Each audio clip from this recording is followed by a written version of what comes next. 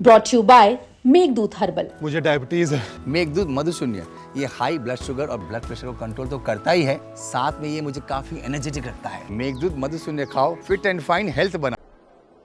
बहुत बहुत धन्यवाद। मेरा निवेदन है ये जो इधर खड़े हैं थोड़ा इधर आ जाए, थोड़ा इधर आ जाएं। जो परिवारजन है जो देखना चाहते हैं उनको मैं भी तो देख लूं, थोड़ा और इधर आ सकते हैं। आइए प्लीज, सिक्योरिटी से भी मेरा निवेदन है। आदरणीय हरियाणा के बहुत ही मेहनती, जुझारू, हंसमुख और बहुत सुंदर काम कर रहे हमारे मुख्यमंत्री भाई नायब सिंह सैनी जी, एक बार चाहूंगी जोरदार तालियां मेरे गांव के सभी भाई बहनों की ओर से उनके लिए बजाई जाए।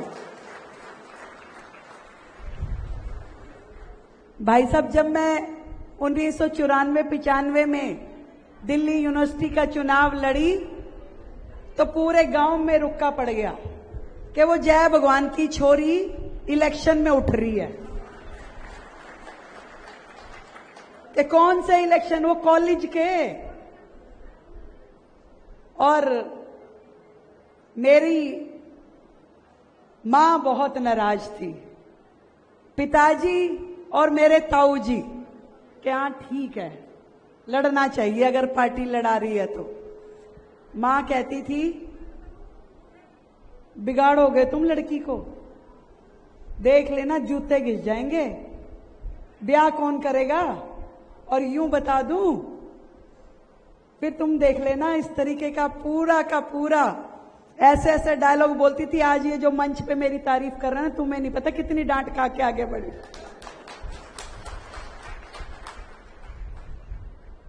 पहला चुनाव, दूसरा चुनाव,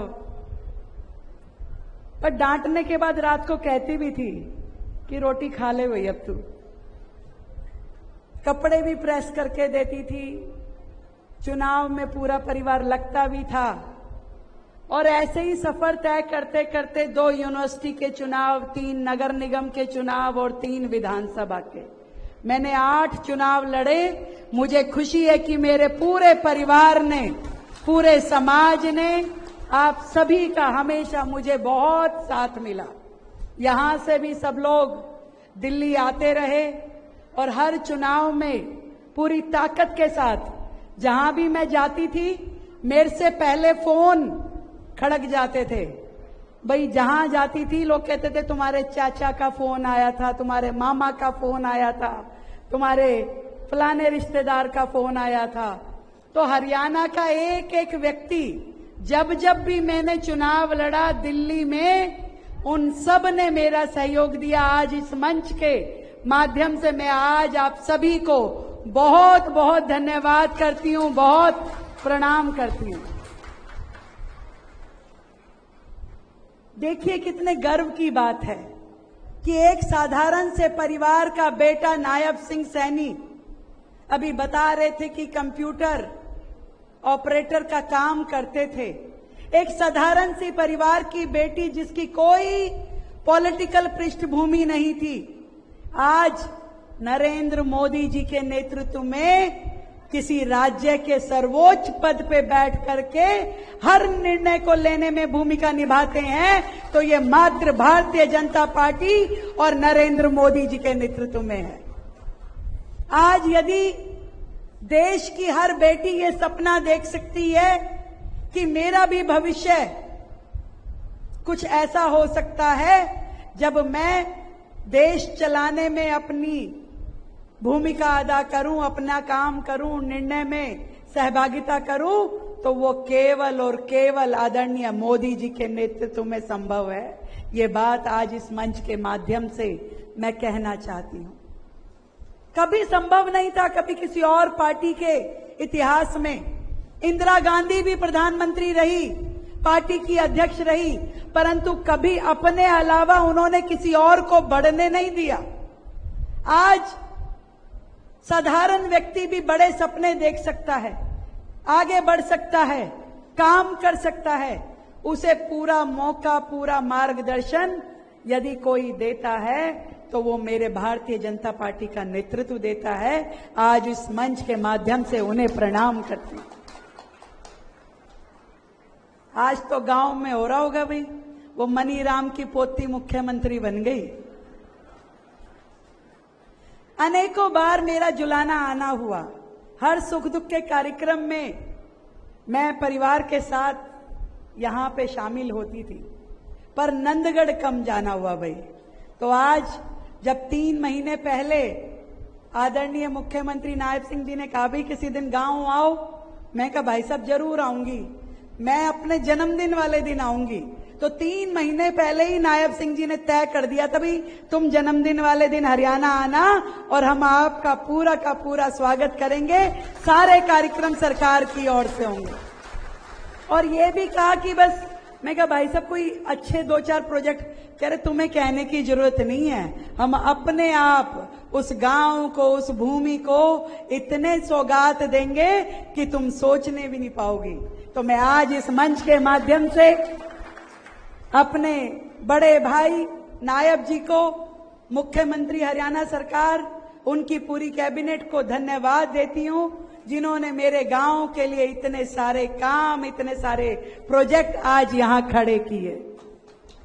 सावन के महीने में परिवार के बीच में आकर के बेटियां वैसे ही बड़ी खुश होती हैं, उनकी तो पो बहार होती है। और सुबह से जब से आई हूं कुछ ना कुछ उपहार ही लिए जा रही हूं। हमारे सभी भाई बहन जो आज यहां शामिल है, जिनसे मेरा मन का रिश्ता है, मैं आप सबके आशीर्वाद के लिए दिल की गहराई से बहुत धन्यवाद देती हूं। और आज अग्रवाल समाज का ये कार्यक्रम, अग्रवाल भवन का ये उद्घाटन, मैं भी उनके दिखाए हुए रास्ते पे चल करके समाज का नाम रोशन कर सकूं, हमेशा उनके चरणों में मेरा यही वंदन रहेगा। मेरे यहां रहने से हमेशा समाज का नाम ऊपर हो, मेरे कर्मों में, मेरे वक्तव्य में हमेशा सच्चाई हो, दृढ़ता हो, ये मैं आज महाराजा अग्रसेन जी के चरणों में अपना प्रणाम करते हुए प्रार्थना करना चाहती हूं। एक चिट्ठी अग्रवाल समाज ने मेरे हाथ में दी कि भी बहन जी ये चीज हम चाहते हैं। मेरे कहने से पहले ही भाई साहब ने सारी बातें मान ली, बताओ और क्या चाहिए। तो आदरणीय मुख्यमंत्री जी के लिए जोरदार तालियां बजाएं, जिन्होंने 31 लाख रुपए की सौगात हमारे इस गौशाला को और अग्रसेन भवन को दी। तो भाई आपकी तो पहले ही सारे इतनी सुन रहे हैं, मुख्यमंत्री जी तो कहने से पहले ही सुनते जा रहे, मेरी अप्रोच की तो जरूरत ही नहीं है। तो मुझे बड़ी खुशी है। और ये भी कहना चाहती हूं कि हरियाणा और दिल्ली और हरियाणा विकसित भारत की यात्रा में दोनों राज्यों की एक बहुत महत्वपूर्ण भूमिका है। और जो जिम्मेदारी आदरणीय नरेंद्र मोदी जी ने हमारी लगाई है, मिलकर के हम इस जिम्मेवारी का निर्वहन करेंगे और क्षेत्र की जनता की सेवा करते हुए 24/7 ऐसे ही हंसते मुस्कुराते हुए काम करेंगे। ये विश्वास मैं आज हरियाणा की जनता को और दिल्ली की जनता को दिलाना चाहती हूं कि ये भाई बहन की जोड़ी पूरे के पूरे, उस दिन एक बात कही थी भाई साहब मैंने कि धुआं सा उठा देंगे। हमारे दिल्ली वाले कहते हैं धुआं मत उठाओ, पॉल्यूशन होता है।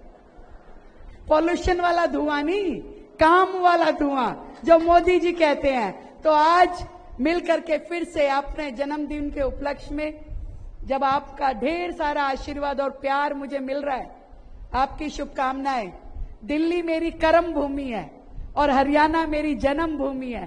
तो अपनी जन्म भूमि के लिए, अपनी कर्म भूमि के लिए जितना कर लूं उतना कम है। बस ईश्वर से यही प्रार्थना करती हूं। बहुत बहुत धन्यवाद। महाराजा अग्रसेन जी महाराज की